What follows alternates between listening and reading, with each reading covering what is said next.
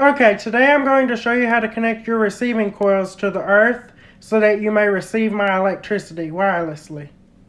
Okay, here is the schematic of how to connect the receiver coil. This is the turns of wire on the receiver coil, this being the primary and this being the secondary.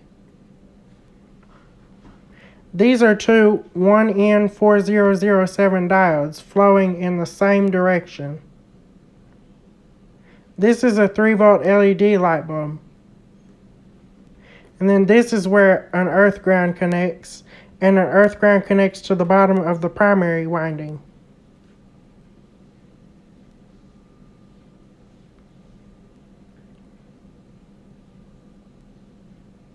Use the best earth grounds possible on your receiving coil. If you drive a ground rod into the ground, make sure it is at least 6 feet deep and wet the ground around it until you obtain a low resistance to the ground. You can buy ground rods at Home Depot.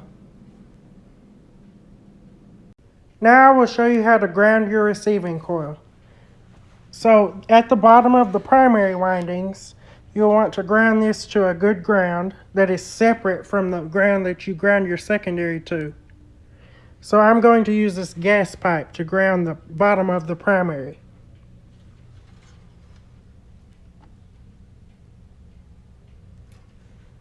You can see the light bulbs trying to light up a little bit. Now I'm going to ground the secondary coil right there.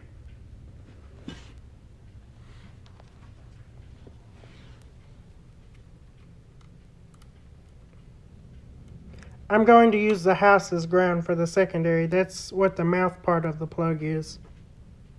Okay, now the light bulb is a little brighter. So I will go turn on the magnifying transmitter and it should brighten up a whole lot more. Just to give you an idea of how sensitive this receiver is when it's tuned perfectly, the light bulb went off when I turned off the lights in this room. Now I will fire up the magnifying transmitter and it will light up the light bulb again. Okay, here we go.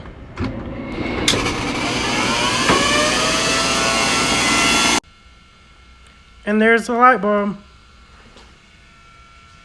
So the most important thing to remember when you're grounding your receiving coil is use two separate earth grounds at least 10 feet apart.